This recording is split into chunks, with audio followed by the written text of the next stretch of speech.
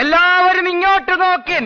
ഈ രേഷ്മ പി തങ്കച്ചനും കുടുംബത്തിനെതിരെ മാനനഷ്ടത്തിന് കേസും കൂടി കൊടുക്കുന്നുണ്ട് നമ്മുടെ ഫിറോസിക്ക, വീട് പണിത് കൊടുത്ത ആ വ്യക്തി തന്നെ. സന്തോഷായി, നല്ല സന്തോഷായി.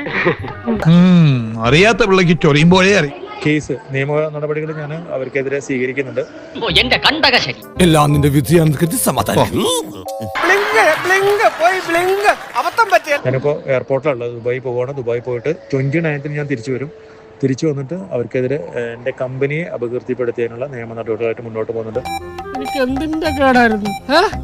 നമ്മുടെ ഫാദർ നോബിൾ ഫിലിപ്പ് ആൾറെഡി നിയമപരമായിട്ട് അവർക്കെതിരെ മാനനഷ്ട കേസ് ഫയൽ ചെയ്യാൻ പോകുന്നുണ്ട് എന്നാണ് അദ്ദേഹം എന്റെ അടുത്ത് പറഞ്ഞത്. ഈ രീതിയിൽ നാറ്റിച്ചതിന് മാനനഷ്ടത്തിന് ഇവർ കേസ് കൊടുക്കുന്നുണ്ട്, കേസ് ഫയൽ ചെയ്തിട്ടുണ്ട്, കാര്യങ്ങളൊക്കെ ചെയ്യുന്നുണ്ട്. തന്നെയാണ് പണി, ഇങ്ങനെ തന്നെ കിട്ടണം. അതുപോലെ കൂട്ടത്ത് ബിഷപ്പും ഉണ്ട്. എല്ലാത്തിന്റെയും മാനത്തിന്റെ നഷ്ടത്തിന് പൈസ കൊടുത്ത് വരുമ്പോൾ എനിക്ക് ആലോചിക്കാൻ പോലും വയ്യ. മിക്കവാറും വീടും പറമ്പും തിരിച്ചെഴുതി കൊടുക്കേണ്ടി വരുമെന്ന് തോന്നുന്നു. ഔചിത്യം എന്നൊരു സാധനമുണ്ട്. ഒരു മനുഷ്യനായ കുറച്ചൊക്കെ ഔചിത്യം വേറെ ഒരു വഴിയില്ല ഗൈസ്, പെട്ടിരിക്കുകയാണ് നമ്മൾ ശരിക്കും. ഒരു കമന്റ് വായിക്കാം. ലക്ഷ്മി നക്ഷത്ര ഒറ്റ ഒരുത്തിയാണ് ഈ മാരണം ഇങ്ങനെ ആവാൻ കാരണം. അതിന് താഴെ സത്യം സത്യം സത്യം സത്യം സത്യം സത്യം സത്യം. ഇതെന്തൊരു പാടാണെന്നാണ് ഞാൻ നോക്കുന്നത്. എല്ലാത്തിനും കാരണം Lakshmi നക്ഷത്രയുടെ.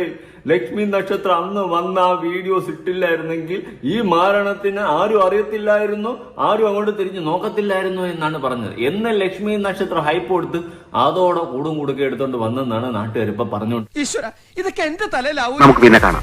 Okay, all the best.